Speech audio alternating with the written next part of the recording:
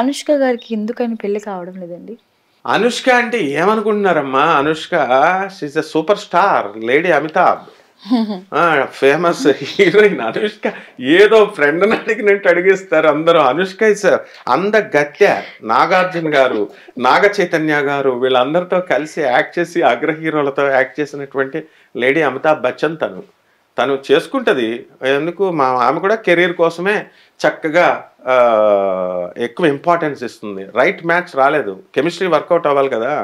ఇప్పుడు ఇద్దరి మధ్య వేవ్ లెంత్లు కుదరాలా, ఇద్దరి మధ్య పెళ్ళికొడుకు ఈ మధ్య ఫ్రీక్వెన్సీ కుదరాలా, కుదిరిన మరుక్షణం ఆమె డిక్లేర్ చేసి పడేస్తుంది, అయిపోతుంది. మహేష్ బాబు గారి కూతురికి హీరోయిన్ గా అవకాశాలు ఉన్నాయా? ఒకవేళ ఎంట్రీ ఇస్తే మాత్రం సక్సెస్ అవుతుందా? ఏమనుకుంటున్నారు అసలు? మహేష్ బాబు కూతురు అంటే డాన్స్కి అంబాసిడర్ ఆమె. చిన్నప్పటి నుంచి మహేష్ బాబు ఒక ప్లాన్డ్గా పెంచాడు ఆమెని. మళ్ళీ చక్కగా హీరోయిన్గా ఎంట్రీ తప్పకుండా ఇస్తుంది అండ్ డెఫినెట్గా సూపర్ స్టార్ అవుతుంది. ఎందుకనంటే ఆయన్ని మించినటువంటి పేరు ప్రతిష్టలు కూడా తీసుకొస్తుంది. కాకపోతే ఏంటంటే ఇప్పుడు ఈయన మగాడు కాబట్టి ఈయనకి ఎక్కువ పేరు వచ్చేస్తుంది. హీరోయిన్లో ఏంటంటే కొంచెం టెంపరీ టైంలో టెంపరీ పీరియడ్లో ఉంటుందన్నమాట. కానీ డెఫినెట్గా she will be a successful heroine. Nagababu గారి కూతురు నిహారికకి మళ్ళీ పెళ్ళి అవుతుందా తన జాతక ప్రకారంగా? ఎందుకు చేసుకోకూడదమ్మా? చేసుకోవచ్చు. జాతకం ఏముంది? జాతకం పక్కన పెట్టేసేయండి ఫస్ట్. ఇప్పుడు ఆమె educated girl, talented girl, multi talented and she's a woman. We should respect her. తప్పకుండా చేసుకోవచ్చు పెళ్ళి కావాలి అని అనుకుంటే. లేదు నేను చేసుకోకపోయినా సరే ఈ సొసైటీ ఊరుకోదు కదా. ఎప్పుడు చేసుకుంటావు అంటారు. చేసుకోకుండా చేసుకుంటే ఎందుకు చేసుకున్నాం అంటారు. చేసుకున్న తర్వాత పిల్లలేరి అంటారు. పిల్లలు లేనటువంటి వాళ్ళని. పిల్లలు ఉంటే ఎంతమంది పిల్లలు ఎందుకు, ఎంతమంది, ఒకడో ఫీజు కట్టడు, ఒకడో హెల్ప్ చేయడు. So this is the dirty stature అనమాట. Society dirty stature. ఈ సొసైటీ ఈ స్టేచర్ని మనం మార్చాలా చదువుకున్న వాళ్ళం. కాబట్టి నిహారిక బ్రహ్మాండంగా పెళ్లి చేసుకోవాలా. We are blessing her.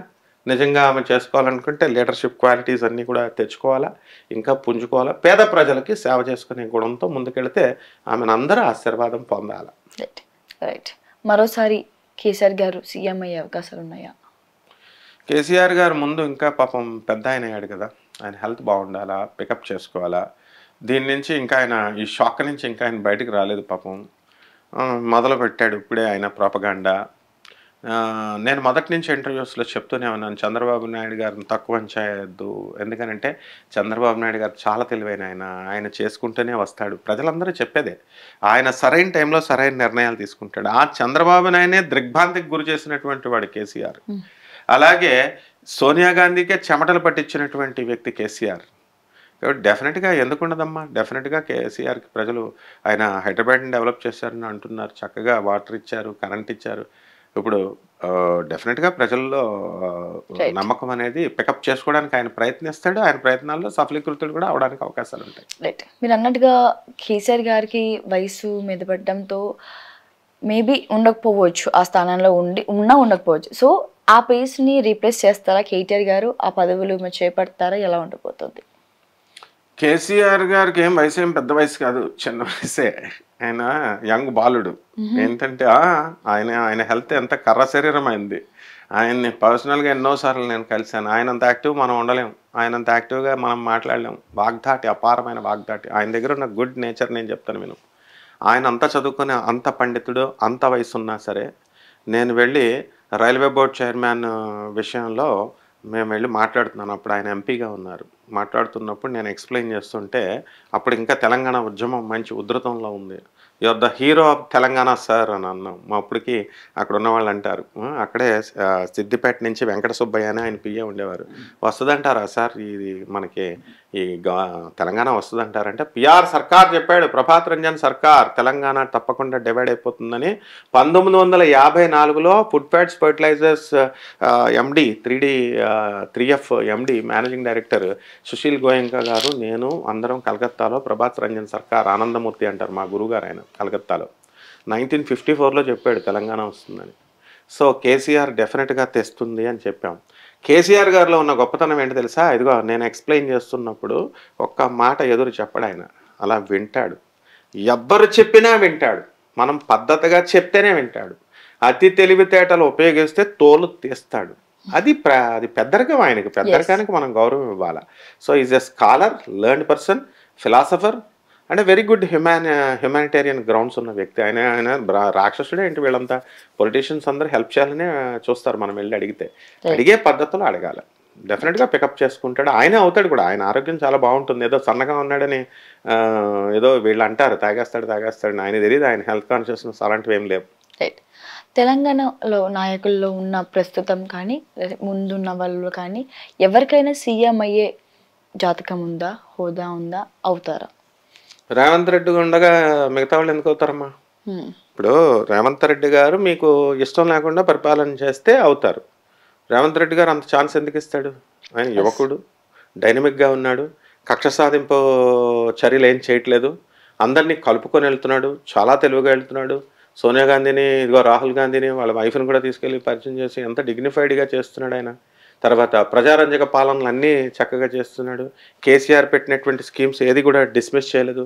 కొత్త రేషన్ కార్డ్స్ ఇస్తున్నాడు. ఆడవాళ్ళకి చక్కగా ఇంట్లో ఉండే ఆడవాళ్ళు ఇదిగో బయట తిరుగుడు అనమాట. స్టూడెంట్స్ తిరుగుడు, ఫుల్ ఫ్రీ బస్ ఇచ్చారు. ఆయన చూసి మా రేవంత్ రెడ్డిని చూసి అక్కడ ఆంధ్రప్రదేశ్లో ఉన్న బాబు గారు కాపీ కొట్టారు, పవన్ బాబు గారు కాపీ కొట్టారు. మరి కర్ణాటకలో ఉన్నటువంటి కాంగ్రెస్ పార్టీ మా రేవంత్ రెడ్డిని చూసే కాపీ కొట్టింది. Is a friendly man. ఆయన ఏంటంటే అందరినీ కలుపుకొని వెళ్ళిపోతాడు. కాబట్టి ఇప్పుడు ఆమ్రపాలి గారిని చక్కగా తీసుకొచ్చాడు, మంచి పదవులు ఇచ్చాడు. మరి కేటీఆర్ గారేమో స్మితా సబర్వాల్ గారికి ఇస్తే దానికి ప్యారలల్గా ఈయన ఆమ్రపాలికి ఇస్తున్నారు అంతే ఇవన్నీ. సో ఛాన్స్ ఇవ్వడు రేవంత్ రెడ్డి, ఛాన్స్ ఇవ్వడు. అందువలన ఇప్పుడు మళ్ళీ అధికారం లాక్కోవాలంటే చాలా కష్టపడాలి కేటీఆర్. నో డౌట్ వాళ్ళు కూడా బ్రహ్మాండంగా చేశారు. కానీ వాళ్ళకంటే బ్రహ్మాండంగా మరిపించి బ్రహ్మాండంగా పాలన చేస్తున్నప్పుడు మళ్ళీ పాతాళ దగ్గరికి ఎందుకు వెళ్తారు? It's not an easy game. So it's a game. ఎలా ఉండాలి అంటే పోరాటంలో ఇద్దరు కూడా స్ట్రాటజీస్ మార్చుకోవాలా, ఎత్తుకు పై ఎత్తులు వేసుకోవాలా. ఇంకా వీళ్ళు అరుచుకోవడాలు విమర్శించుకోవడాలు చేస్తే ఇద్దరికి ఎవరు అనమాట, పార్టీ మూడోడు ఎవడో కొట్టుకుపోతాడు. కానీ Revanth Reddy is a gentleman. డెఫినెట్గా రేవంత్ రెడ్డి ఆయనే కంటిన్యూ అవుతాడు. రైట్. గతంలో వేణుస్వామి చెప్పిన జాతకాలన్నీ రివర్స్ అయినాయి.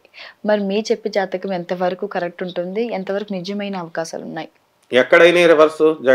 వేణుస్వామి నా ఫ్రెండ్, ఓకే, ఇదే స్టూడియోకి వచ్చి చెప్పాడు.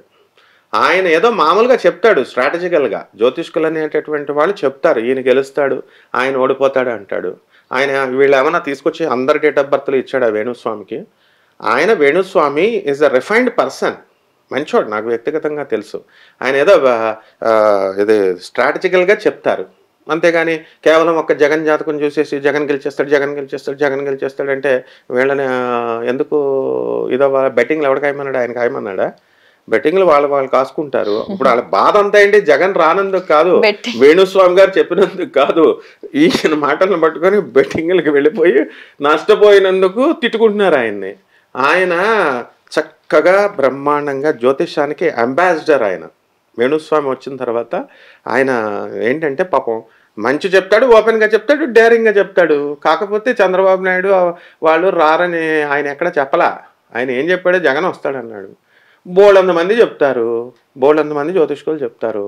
ఏ రాజకీయ విశ్లేషకులు చెప్పట్లేదా జగన్ ప్రజలకి వాళ్ళకే తెలియదు అన్నారు? సో ఇవన్నీ జ్యోతిష్యం అని అంటే ఆస్ట్రానమికల్ ఫ్యాక్టర్స్ని, ఆస్ట్రాలజికల్ ఫ్యాక్టర్స్ని బ్లెండ్ చేయాలి. మోడర్న్ సైన్స్ని, ఏన్షియంట్ సైన్స్ని బ్లెండ్ చేయాలి. అందుకే నేను మొదటి నుంచి చెప్తున్నాను, కేవలం శని 3వ ఇంట్లో 4వ ఇంట్లో ఉన్నాడు. వేణుస్వామి అనుకుంటున్నారా, మజాకా అనుకుంటున్నారా? వీళ్ళు ప్రజలు ఏమనుకుంటున్నారు అసలు? ఆయన బాగుపడండిరా అని చెప్తున్నాడు. డబ్బులు సంపాదించండి, కసిగా సంపాదించండి అన్నాడు. ఆయన చెడు చెప్పాడా? జగన్ ఒక్కడే ఓడిపోతాడంటే జగన్ చేసిన దానికి ఆయన ఏం చేస్తాడు? జగన్ పంచుకున్నాడు డబ్బులు, ఆ పాలసీ నమ్ముకున్నాడు. చీఫ్ మినిస్టర్ అయితే ఆయన చెప్పిందే కరెక్ట్ అని ఉండదా? అంటే అమాయకుడు దొరికాడని ఈయన మీద ట్రోలింగ్లు చేస్తే హ్యాపీ, ఇంకా పబ్లిసిటీ అయిపోయాడని ఆయనే చెప్తాడు. మళ్ళీ వచ్చాడు మనగాళ్ళలాగా వచ్చి, మళ్ళీ నేను 6 నెలల దాకా నేను రానన్నాడు. మళ్ళీ మొన్న చక్కగా 5 days క్రితం మళ్ళీ రెచ్చిపోయిన వేణుస్వామి పెట్టారు. ఏం పర్వాలేదు, మనం చెప్పే ప్రిడిక్షన్స్, జ్యోతిష్కులు చెప్పేటటువంటి ప్రిడిక్షన్సే జరుగుతాయి. వీళ్ళు చేతకాక, డెవలప్మెంట్ చేతకాక, జగన్ గారికి చేతకాక, ఇదిగో ప్రజలు పట్టం కట్టి ఇస్తే నిలబెట్టుకోవడం చేతగాని ఆయన ప్రజలేమో డెవలప్మెంట్ చేతగా కష్టపడి పనిచేయరు వీళ్ళు. ప్రజలు పని చేసి డబ్బులు సంపాదించి డెవలప్ అవుదాం లేదు. నువ్వు చెప్పావు కాబట్టి నేను కోటీశ్వరుడు అవలా. ఎందుకు అవుతావు రా నువ్వు కోటీశ్వరుడివి? ప్రజలు ఎందుకు అవుతారు కోటీశ్వరుడు? కష్టపడితే అవుతాడు. ప్రపోర్షనేట్గా చెప్పాడు ఎవరు ఈయన వేణుస్వామి గారు. ఒక్కళ్ళని అనకూడదు ఎప్పుడు కూడా. సో తప్పు చెప్పాడు, నాకు నచ్చింది ఎందుకు నేను ఈ రోజు చెప్తున్నాడు, నేను తప్పు చేశానని క్షమించండి అని చెప్పాడు చక్కగా. అది సంస్కారం అంటారు దాన్ని. అలా ప్రతి ఒక్క జ్యోతిష్కుల్లో ఒకటి రావాలి. ప్రతి ఒక్కళ్ళ జ్యోతిష్కులు చెప్పేది కరెక్ట్. దురాశాపరులు ప్రజలు కూడా కరెక్టే, కానీ దురాశాపరులైనటువంటి ప్రజలు మాత్రం కరెక్ట్ కాదు. కష్టపడకుండా గ్రహాలు చెప్పినాయి అని నా రాశి బాగుంటుందా అండి, నేను గెలుస్తానా అండి అంటే తప్పు అనమాట.